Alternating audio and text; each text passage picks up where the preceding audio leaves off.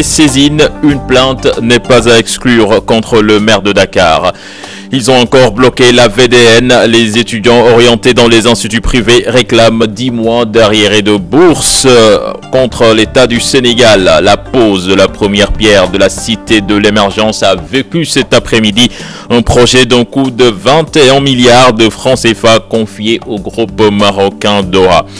En fin d'édition, à suivre le dossier économique qui porte sur les opérations de Tabaski qui consiste à vendre des moutons. Vous vous rendrez certainement compte que la conjoncture économique est passée par là. Les développements, c'est dans une poignée de secondes.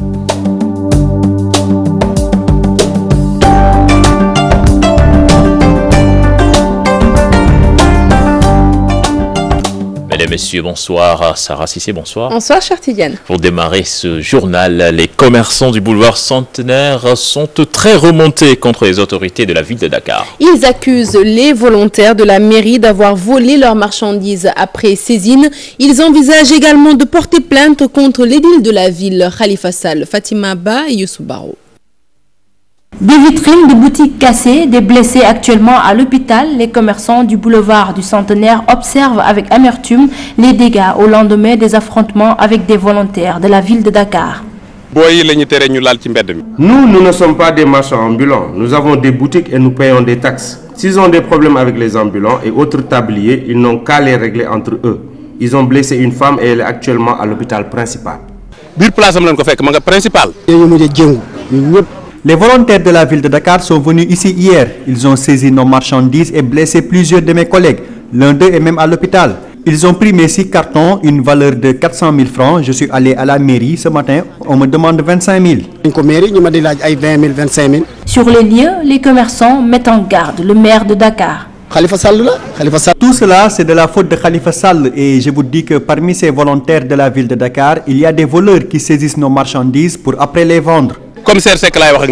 Je m'adresse à Babacar Seck de la ville de Dakar. Il n'a qu'à nous laisser tranquilles. Les ambulants et autres tabliers souhaitent rester sur place le temps de la Tabaski. Depuis la Korité, il n'y a personne.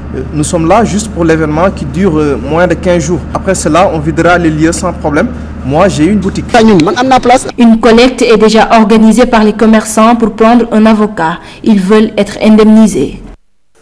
Fatima Ba, merci. Ils ont remis cela. Les étudiants orientés dans les instituts de formation privés ont encore barré la voie de dégagement au nord. Et les dégâts sont nombreux. Des pneus ont été brûlés, des pare-brises cassés. Ils réclament au ministre de l'Enseignement supérieur 10 mois de bourse. Maké Amar.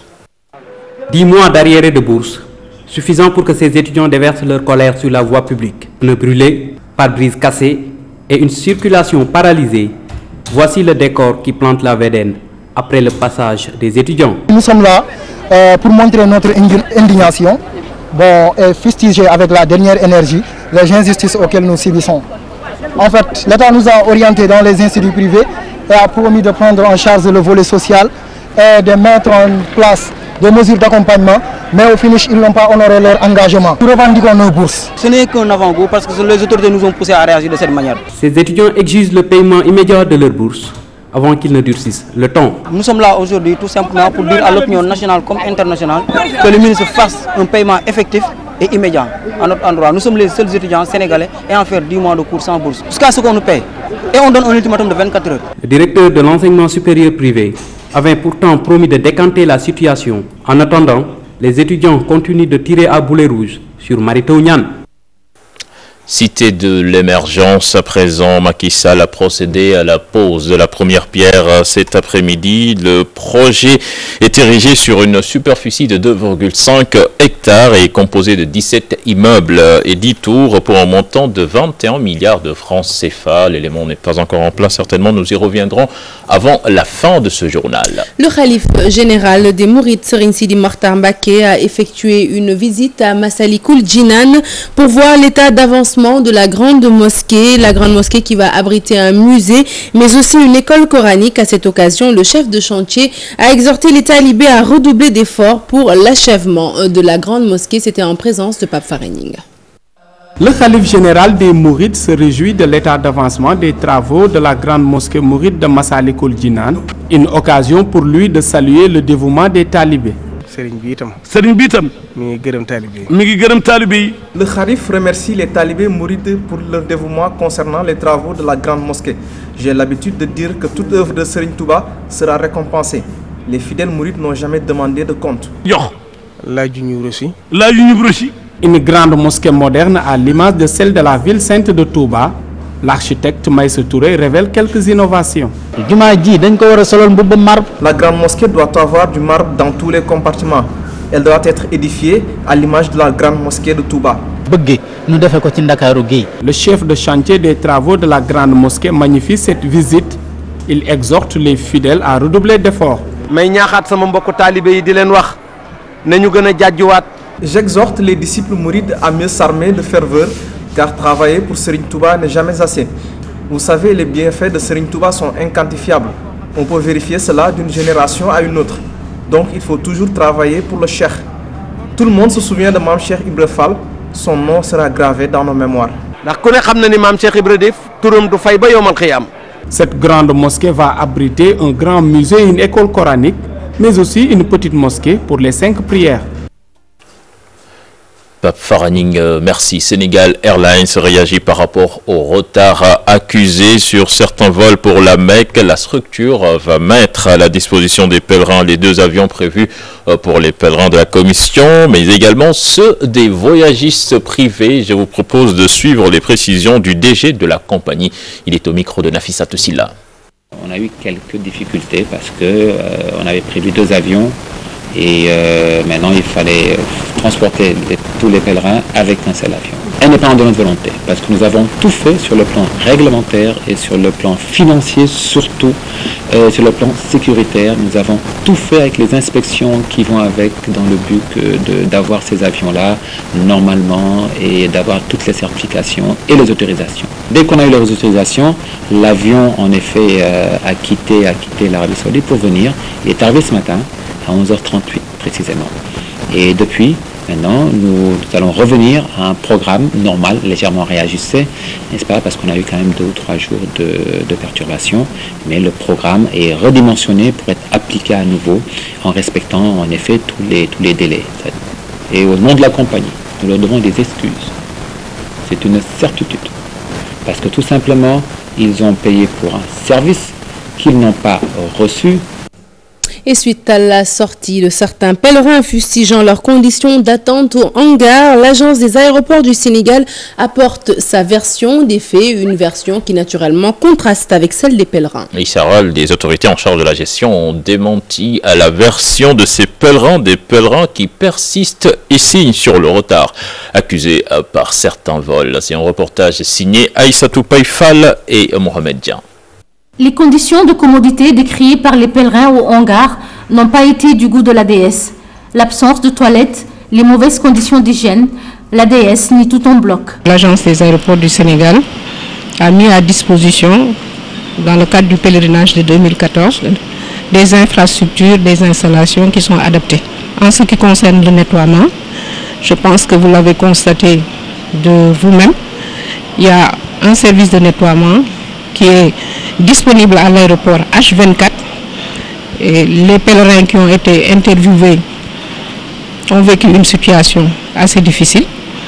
Et je pense que c'est la raison pour laquelle ils ont eu à dire certaines choses, peut-être qui n'étaient pas tellement viables. L'agence des aéroports du Sénégal nie aussi toute implication quant au retard des vols. Prendre toutes les dispositions pour que ce genre de situation ne se reproduise.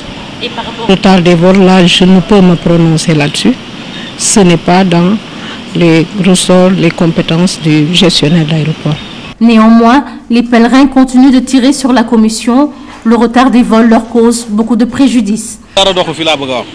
Rien ne marche, la commission a pris nos passeports. Nous devions partir avec le 3e vol. Lorsqu'on est arrivé, ils nous ont dit qu'il était plein. N'empêche, des pèlerins du 4e et du 5e vol sont partis. Nous sommes 18 au total. Une perturbation des vols qui persiste, même si l'agence des aéroports assure, les pèlerins, quant à eux, restent très en rogne. Je vous l'annonçais tout à l'heure, cité de l'émergence, le président Macky Sall a procédé à la pose de la première pierre. Le projet est érigé sur une superficie de 2,5 hectares et est composé de 17 immeubles de 10 tours pour un montant de 21 milliards de francs CFA. Les travaux sont confiés au groupe marocain Adowa. Nos reporters Modi Gueye et Adama Gueye y étaient pour nous. Top chrono, le compte à rebours pour la construction du site de l'émergence est donné. La première brique est posée par le chef de l'État Macky Sall, un édifice de 17 tours de 10 étages pour un investissement de 21 milliards de francs CFA. Les travaux sont confiés au groupe marocain Doha. Ce premier projet concerne le secteur hautement stratégique du logement avec la construction de la cité de l'émergence de 17 immeubles R+10, soit 650 logements, avec un commerce et équipement de proximité pour un investissement de plus de 21 milliards de francs CFA. Ce premier projet contribuera à la création de 1600 emplois et permettra de rehausser la dimension urbanistique de Dakar.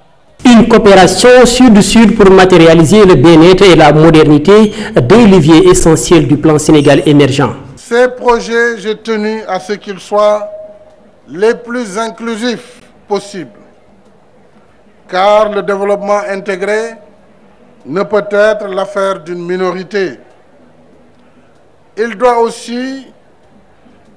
surtout être partagé et prendre en compte la diversité des revenus et des conditions sociales. C'est tout le sens que j'ai voulu donner à l'équité et à la justice sociale comme paramètres fondamentaux du plan Sénégal émergent. En attendant que les chantiers sortent de terre, le président Sall se tourne déjà vers la deuxième phase de ce projet, c'est-à-dire la cité de l'avenir qui sera construite à la Patte d'Oie pour un investissement de 12 milliards de francs CFA. Modi Gueye, merci. Et puis, à savoir pour les mécaniciens et autres vendeurs de pièces détachées qui occupent encore l'ex-gare routière pompiers, le président Macky Sall promet de leur trouver un site de recasement dans les meilleurs délais. Je vous propose de l'écouter. M'adressant aux mécaniciens et vendeurs de pièces détachées qui étaient encore sur cette place, je voudrais leur dire que des instructions ont été données pour que le Premier ministre et son gouvernement puissent leur trouver dans les meilleurs délais des espaces de recasement devant leur permettre de poursuivre leurs activités. À présent, nous parlons du procès de Karim Wade avec cet incident d'audience au cours de l'audition d'Alioune Samba Diassé, un incident provoqué par une déclaration lue par le bâtonnier Yérim Thiam, avocat de la partie civile, qui irrite la défense qui s'est sentie offensée. La lecture de documents qui ne figurent pas dans le dossier vient mettre le feu aux poudres, occasionnant une suspension de l'audience avant sa reprise. Les mêmes questions ont été posées à Alioune Samba Diassé par les différentes parties et les réponses du prévenu ont coulé de source. Je cite, ABSSA est une entreprise personnelle, dixit Alioune Samba Diassé, qui ajoute qu'il n'y a aucun rapport entre lui et Karim Wade. L'audience reprend ce mercredi et ce sera le 6e interrogatoire du prévenu, ex-directeur de ABSSA, accusé d'avoir aidé et assisté Karim Wade dans l'enrichissement illicite. Polémique autour de la date de la présente rentrée scolaire, la COSIDEP de Diourbel prend fait et cause pour le ministre de l'Éducation. Issara, selon le coordonnateur régional de cette organisation, il n'y a aucune loi qui définit la date de la rentrée scolaire. Tambangom s'exprimait en marge de la cérémonie clôturant les activités de vacances de l'amicale des étudiants ressortissants de Diourbel. Je vous propose de l'écouter au micro de Mohamed Diop et Tala Samba. D'aucuns disent qu'il y a une loi qui délimite. D'autres disent que si la loi est présentée effectivement au ministère de la tutelle, il demandera que le décret soit cassé. L'essentiel, c'est que, à notre humble connaissance, il n'y a qu'une habitude qui est là, qui est installée et qui est malheureusement confondue à une loi. N'est-ce pas? Mais quoi qu'il en soit, même si la loi existait, il y aura toujours un décret pour fixer le début de l'année scolaire comme la fin. Mais tout ça n'est pas important, d'autant plus qu'il n'y a qu'un seul jour, que 2 jours, 48 heures en tout cas, qui, entre le 29 et le 1er, je pense que ça ne doit pas faire l'objet de polémiques. et qui risque de déteindre malheureusement sur le processus d'enseignement-apprentissage. Et je pense que ça ne vaut pas la peine. Donc nous exhortons et nous lançons un appel aux différents acteurs pour qu'un consensus, un accord soit trouvé et que le 29, effectivement, les enseignants, le corps administratif puissent regagner les établissements et que le 8, les enseignements démarrent. Tension au sein du conseil municipal de Ourossogui en cause la gestion du maire que les élus de l'opposition remettent en cause. Ils étaient en point de presse, compte rendu signé Ali Bandalian. Après les jeunes en mouvement contre la transformation de leur salle de fête en bureau, des conseillers municipaux de Ourossogui se rebellent contre le maire. L'ensemble des élus de l'opposition ont rencontré la presse pour dénoncer ce qu'ils considèrent comme étant une gestion gabégique et solitaire de la part du nouveau maire de Ourossogui.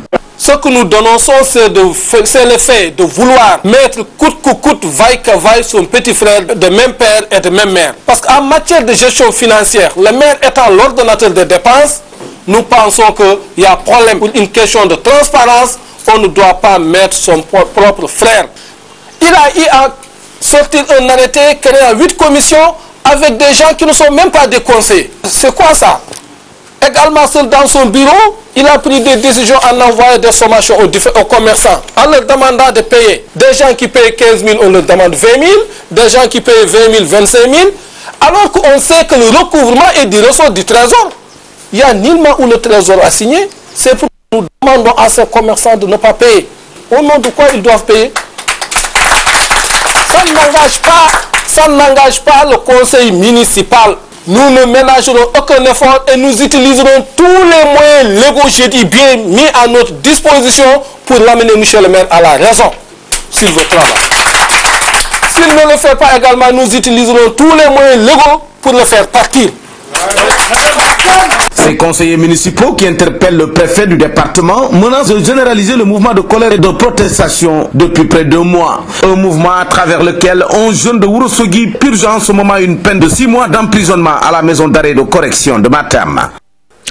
Nous parlons à présent de la recrudescence des coupures d'électricité. Les chaînes de télévision de la place sont en train d'en payer le prix fort. Tout à fait cher, c'est le cas à la Sen TV et chez nous ici à TFM avec des coupures d'antenne et des machines défectueuses. Pour pallier cela, les chaînes de télé sont dans l'obligation de recourir à des groupes électrogènes. Elles fustigent la lourdeur des dépenses que cela impose. Nafissatou Silla.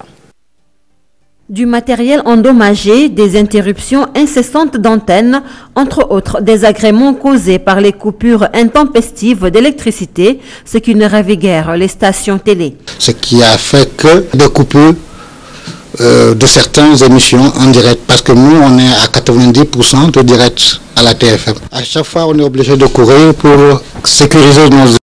Chaque nuit on est alerté, parce que non seulement la coupure elle ne dure pas, et ça va, ça vient instantanément et ça peut détruire facilement les équipements électriques. Face à ces difficultés, des mesures palliatives sont prises. À la Sen TV et à la TFM, on fonctionne avec des groupes électrogènes et ce n'est pas du tout simple avec la quantité de carburant que cela demande. Oui, c'est coûteux. C'est coûteux parce que quand vous fonctionnez avec un groupe électrogène pendant 12 heures de temps, vous voyez ce que ça fait, c'est énorme comme dépense. On a été obligé de nous équiper d'un groupe nouvelle génération. Malgré ça, vous savez, quand les coupures sont intempestives, même le groupe à un moment donné ne tient plus. Le fournisseur d'électricité est ainsi interpellé pour un fonctionnement plus efficient. Nous, ce qu'on peut juste leur demander, c'est de respecter le contrat. Donc c'est un contrat entre les consommateurs et puis le fournisseur, dans la mesure où les consommateurs payent leur facture d'électricité. Si la Sénélec essaie d'améliorer la fourniture de l'électricité, je crois que ça va arranger beaucoup notre service. Il y a quelques années, ces délestages récurrents ont endommagé un important lot de matériel à Walfadjri. Aujourd'hui, les promoteurs de stations télé ne souhaitent pas être confrontés à cette situation. À présent, les précisions de la Sonatel sur l'offre paiement marchand via Orange Money faite aux pétroliers. Sonatel s'étonne de la multiplication des sorties dans la presse de certains acteurs du secteur pétrolier pour dénoncer le partenariat entre Total et Sonatel concernant Orange Money, alors qu'un contact a été établi avec eux et que des discussions sont même en cours pour définir un partenariat sur le paiement marchand via le mobile Orange au même titre que Total. Et nous passons à l'actualité hors de chez nous. Elle nous mènera tour à tour en Tunisie, en France et dans le nord de la Syrie. Mais avant, cette étude de l'OMS qui fait peur, plus de 20 000 nouveaux cas d'Ebola pourraient être détectés si des mesures de contrôle et de prévention ne sont pas renforcées en Afrique de l'Ouest. Le tour d'horizon est signé Aminata Mbaresso. L'OMS tire à nouveau la sonnette d'alarme à travers une étude publiée par le New England Journal of Medicine. L'Organisation mondiale de la santé indique que plus de 20 000 personnes pourraient être infectées par le virus Ebola si des mesures drastiques ne sont pas prises d'ici novembre. Les pays les plus exposés, ceux de l'Afrique de l'Ouest. L'Organisation mondiale pour la santé appelle à plus de vigilance, surtout lors des funérailles, mais aussi il préconise une détection précoce des cas de virus. En Tunisie, ils sont 70 personnes à déclarer leur candidature à la présidentielle, une élection prévue le 23 novembre prochain. La liste officielle des candidats sera connue le 25 octobre. 30 membres du groupe Al-Qaïda tués dans des frappes américaines, des civils figurent sur la liste des victimes. Ces raids américains ont eu lieu dans le nord Syrie.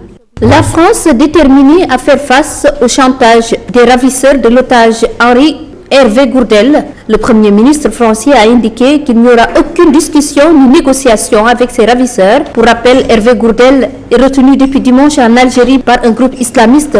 Il revendique l'arrêt des frappes françaises en Irak, la seule condition, sinon il menace de tuer Hervé Gourdel si la France ne se plie pas.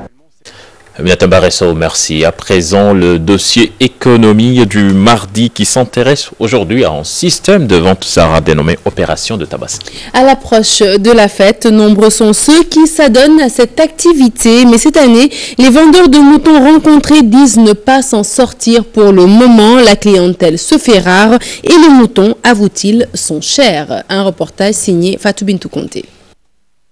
Chaque année, Lamine Diop s'adonne à un système de vente de ses moutons. Dénommé Opération Tabaski, la vente d'un de ses gros béliers lui permet d'en acheter d'autres. Nous les élevons chez nous, de gros moutons, on installe très tôt pour les vendre. Après les avoir vendus, on utilise cet argent pour pouvoir en acheter d'autres. Pour aller dans la bourse, pour aller jusqu'à Dar es Jolof, parfois même jusqu'au Mali pour en acheter. Pour Pape Abdoulaye, la démarche est tout autre. En fait, j'ai commencé depuis l'année dernière. Je voulais vraiment y gagner de l'argent. Mais malheureusement, je n'ai pas pu.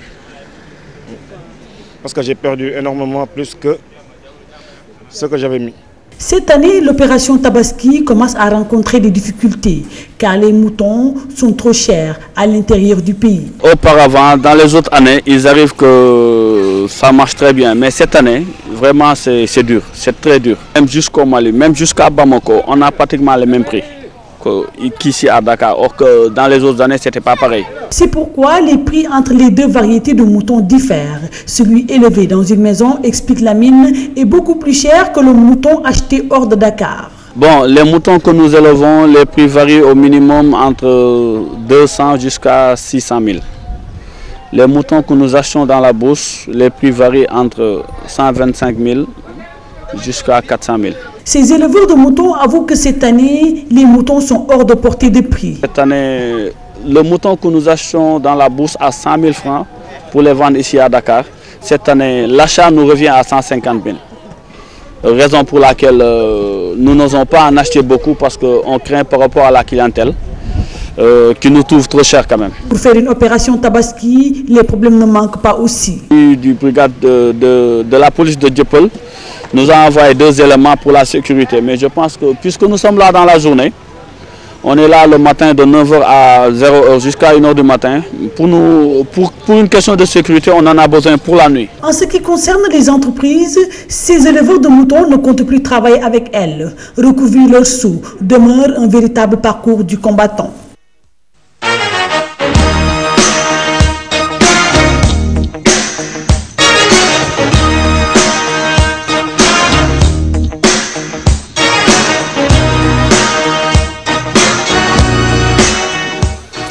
La fondation Samilia vient de boucler 3 mois de séjour au Sénégal. Cette fondation composée de 2 Belges s'active dans la lutte contre l'immigration clandestine des jeunes footballeurs et dans la sensibilisation pour faire face aux mauvaises intentions des agents de joueurs mal intentionnés.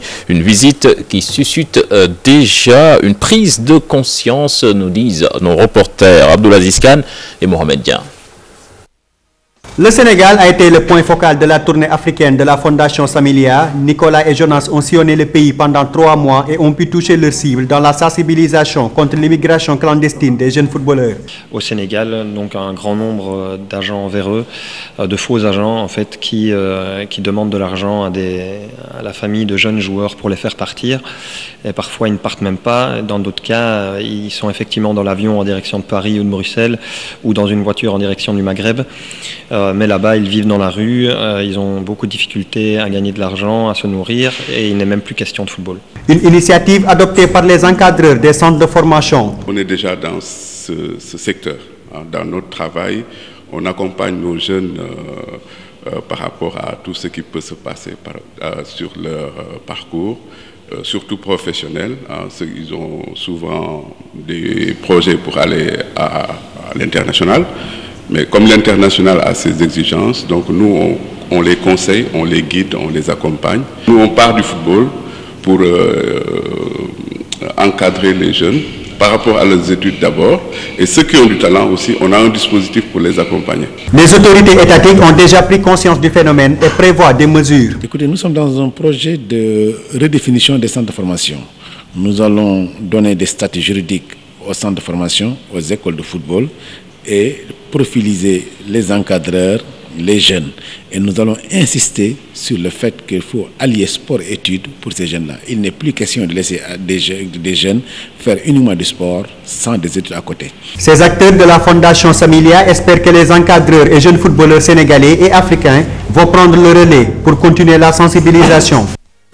Nous parlons athlétisme à présent. La première édition du Family Day a vécu ce samedi à Rufisque. L'événement initié par le spécialiste du 400 mètres et Mamadou Kasséane avec un cross de masse et la récompense des meilleurs élèves de la commune a réuni la population rufisquoise et les dirigeants de l'athlétisme sénégalais. Satisfait, le demi-finaliste des JO de Londres 2012 revient sur ses motivations au micro de Chersadi Boudjara, Mamadou Ndiaye et Khadim Sissé. C'est ma organiser journée bi c'est pour juste sensibiliser xalé yi ñu xamné aussi sport neex na trop mais laps de temps la rek donc il faut ñu ci bolé étudier te aussi bo xolé ñun fi saltige ay moyens moo ñu manqué donc li moo tax ma yokk ko organiser pour aussi xalé yi xamné athlétisme am na fii Tëngéej bëgg naa ko wëyal nag muy am chaque année. Voilà, c'était le dernier élément. Nous nous excusons donc de cet élément en Wolof. C'était le dernier élément de ce journal. Merci Sarah. Merci cher Tidiane. Prochain rendez-vous pour l'information, ce sera à 0h pour le bulletin d'information. Excellente suite de programme en compagnie de la Télé Futurs Médias. Au revoir.